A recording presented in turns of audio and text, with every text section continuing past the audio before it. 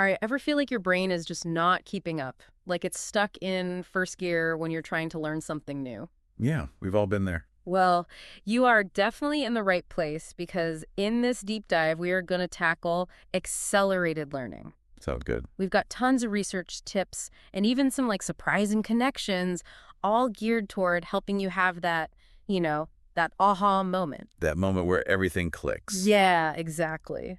When you truly grasp something new. So, we've been digging through a lot of research on A this. lot of interesting stuff out there. Right. And one of the core ideas that keeps popping up with accelerated learning is that it's not just passively taking in information. Oh, definitely not. It's more about engaging all of your senses. Yeah, making it an active process. Right, like using visualization and really making that information stick. Exactly. It seems like, based on what I've been reading, one of the keys is that it goes beyond just passively absorbing information. Yeah. You really have to use visualization and make that information stick. Okay, so it's less about cramming and more about like rewiring your brain for learning, would you say? I think that's a great way to put it. One of the techniques that really jumped out at me was neurolinguistic programming. NLP. Yeah. NLP. It sounds a little intimidating at first. I'll admit it, it sounds kind of intimidating. It does. But I'm curious to hear more about it. It might sound complex, but I think at its heart, it's about recognizing patterns in your thinking Okay. and your learning processes. And then, once you recognize them, you can use those to your advantage. Oh, interesting. So, like, imagine you're learning a new language, right? Okay. Using NLP, you could create like a really vivid image in your mind that represents a new word Uh-huh. to make it more memorable. This is an example. So you're basically like hacking your brain's natural tendencies to learn more efficiently. Yeah, I think that's a good way to put it. That's fascinating.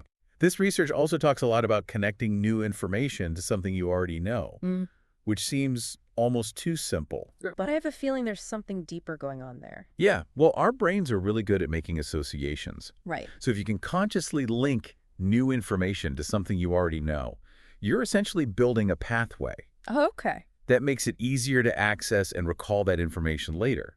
It's Yeah. like you're building a bridge between what's familiar and what's unknown. I like that analogy. So the research also uses the term brain training skills. Is that basically what we're talking about? Like exercising your brain to become a learning machine? Yeah, I think that's a good way to think about it. Brain training involves activities that really target cognitive functions, Okay. like your memory, attention, and problem solving. Kind of like physical exercise. you know? Yeah. You're strengthening your brain's capacity to learn. And what I like about this approach is that it emphasizes understanding over rote memorization, which I think is really important. It is. It's about really getting it, not just memorizing facts and figures. Exactly. Now, speaking of interesting techniques, this source is full of them. Oh, no, I was blown away. Journaling for mental mapping. Yeah, that one caught my eye, too. And then there's the idea that learning a new language can actually shift your thinking pattern. Right. That's pretty mind-blowing.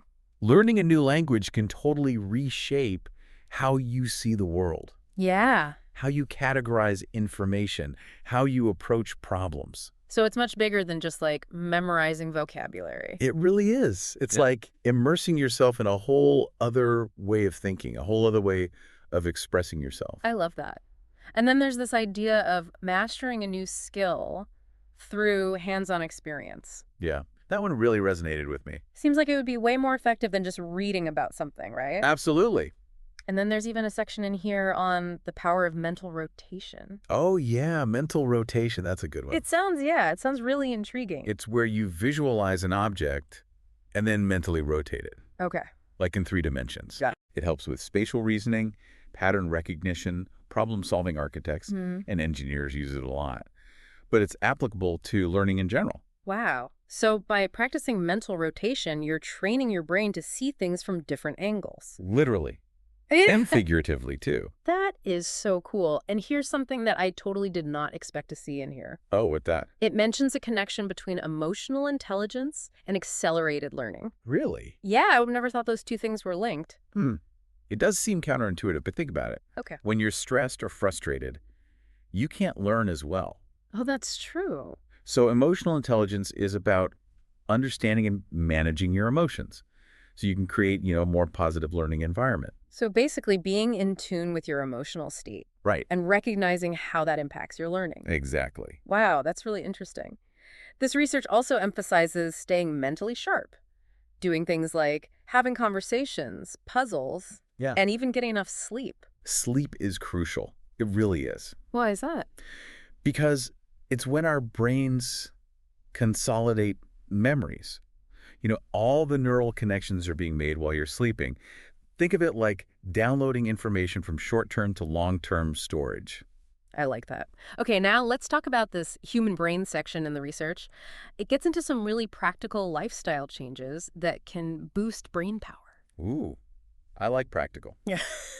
Give me the good stuff. Okay, so we're talking about things like exercising, learning a new language, Yes, finding hobbies you love, and even meditation. it's all connected. Yeah, it seems like there's a really strong connection between our physical and mental well-being. Definitely. The research suggests that, yeah, there's a powerful connection there. For example, when you exercise, you're increasing blood flow to the brain, getting all that oxygen and nutrients to your brain. Oh, that makes sense. And that helps your cognitive function. Okay, that makes a lot of sense. And I think it's really cool that finding hobbies and activities that you actually enjoy can also help keep your brain engaged. Right. Stimulating. Okay, are you ready for this? I'm ready. Hit me. This research provides a whole list of additional brain-boosting tips. I'm intrigued. And some of them are pretty surprising. All right, lay it on me. I'm ready to have my mind blown. All right, here we go. The first step, we have the hydration challenge. Okay. The research suggests that you should aim for 63 ounces of water every day. Wow, that's a lot of water. I know, it sounds like a lot. But apparently our brains really need all that H2O. I mean, it makes sense when you consider that our brains are mostly water. Yeah. Like, what is it, 75% water or something like that? Yeah, something like that. So staying hydrated can really help with your focus, your memory, and just your overall mental clarity. Definitely. Big fan of water. Me too. Mm. Okay, the next tip is maybe a little bit tougher. Okay, I'm ready. Reducing social media time. I know, it's Yeah. hard. Yeah, it's a real struggle. It is. But, we live in this world where we're constantly connected. And the research suggests that too much social media can actually make it harder to focus on things. Yeah, it fragments your attention. It's like you can't really go deep on anything. Yeah, exactly. So it's about being more intentional with your time online. Right, choosing quality over quantity. Exactly. Okay, kind of along those same lines, cutting back on the alcohol and caffeine. Oh, there it is. The hard stuff. I know. These are the tough ones. The vices. But both of those things can really mess with your sleep. And we talked earlier about how important sleep is. Yeah, and sleep is when your brain is consolidating memories. It's like the ultimate brain booster. Okay, now for a tip that I'm fully on board with. Okay, let's hear it. Watching nature documentaries. Yes. Apparently immersing yourself in nature. Even if it's just on screen. Right. Even if it's just on a screen, can help calm and restore your brain. There's so much research on this. Yeah, it's amazing. Being in nature or even just seeing nature can lower your stress hormones, your blood pressure, even improve your mood. And when all of that is happening, your brain is just in a better place to learn. Yeah. Creates a much better environment for all that good cognitive stuff to happen. Exactly. Okay, we can't forget about the importance of a healthy diet. This research really stresses eating brain-boosting foods. What kind are we talking about? Things like omega-3 fatty acids and vitamin B12. Oh, yeah, the brain food classics. Right, Omega-3s are so good for those cell membranes. right. And B12 helps with the nerves and those neurotransmitters. Right, so we got to get enough sleep, got to eat our brain food, got to cut back on the social media and the caffeine and the booze. And drink our water? Yes, 63 ounces of it. And then to round out all these healthy habits, maintain a healthy weight Okay. and get enough sunlight. It's all connected, isn't it? It is. Maintaining a healthy weight usually means you're exercising, which is good for your brain. Sunlight is important for vitamin D, which helps with your brain. It's a beautiful cycle. It is. And there's one more in this section that I think is really important. What's that? Spending quality time with family and friends. Oh, I love that one. Me too.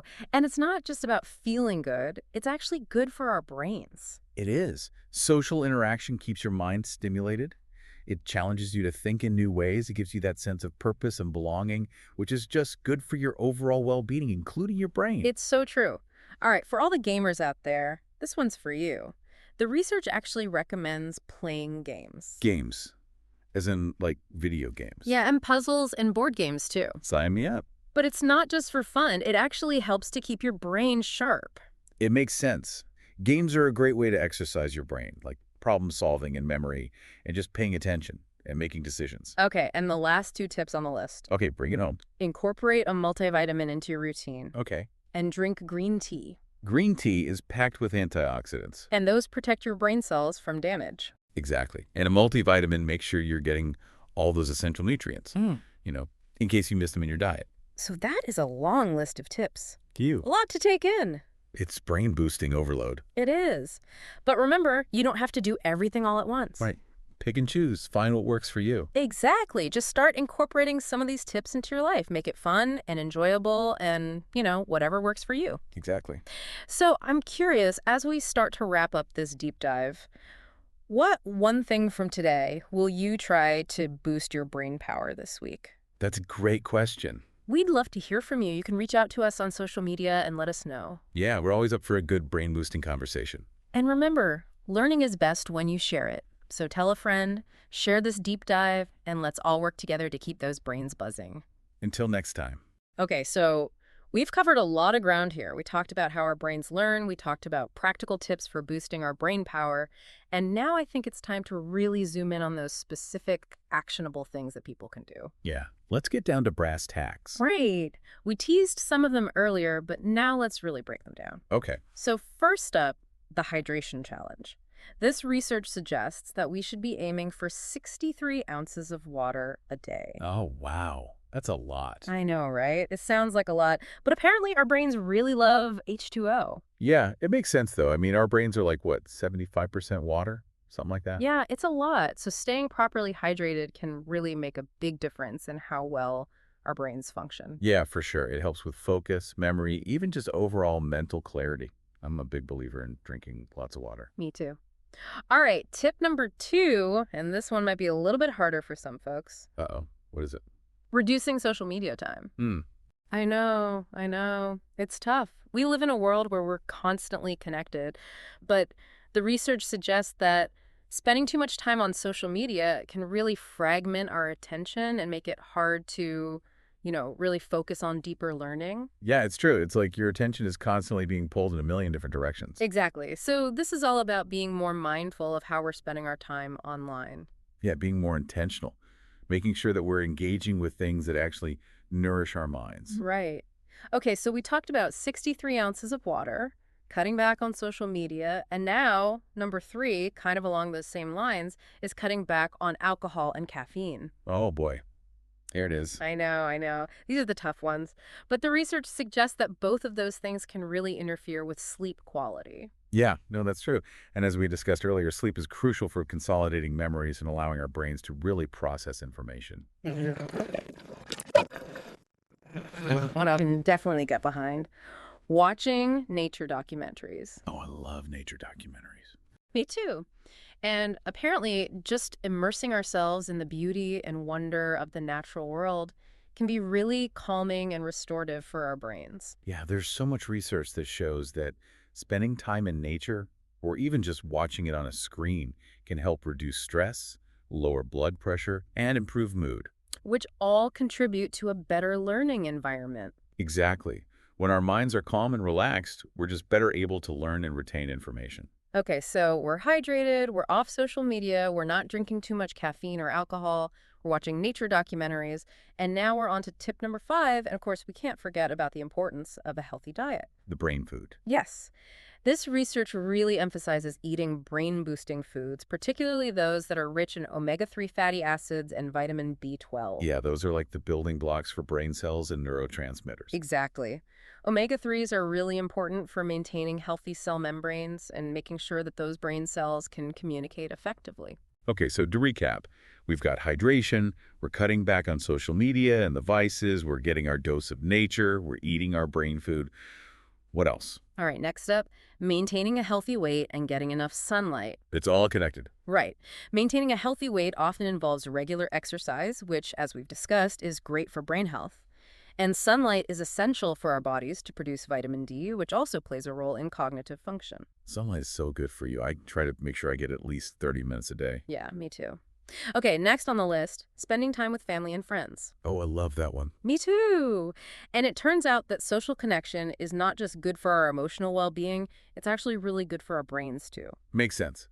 Social interaction keeps our minds stimulated, it helps us to think in new ways, and it gives us a sense of purpose and belonging, which contributes to overall cognitive well-being. It's so true. All right, for all you gamers out there, this one's for you. Oh, what's that? This research actually recommends playing games as a way to keep your brain sharp. I knew it. Right. All those hours of video games were actually brain training. Exactly. And we're not just talking about video games, but puzzles, board games, anything that requires you to think strategically and engage your mind. So basically, game on. Game on. All right, and last but not least, 2 final tips. First, incorporate a multivitamin into your routine. Okay, makes sense. Fill in any nutritional gaps. Right. And then the last one, drink green tea. Oh, I love green tea. It's so good for you. It is. It's packed with antioxidants, which help protect brain cells from damage. Love it. Okay, so we've got our comprehensive list of brain-boosting tips. That's a lot to process. It is. But the good news is you don't have to do everything all at once. Yeah, definitely start small, find what works for you. Exactly. Just pick a couple of things that resonate with you and start incorporating them into your life. Make it fun, make it enjoyable, and most importantly, make it sustainable. Couldn't agree more. So, as we wrap up this deep dive, I'm really curious to know what's one thing that you're going to try this week to boost your brain power? Yeah, let us know. We'd love to hear from you. You can find us on social media and share your thoughts. We're always up for a good, brain-boosting conversation. And remember, learning is even more powerful when we share it with others. So tell a friend about what you learned today, share this deep dive, and let's all work together to keep those brains buzzing. Until next time.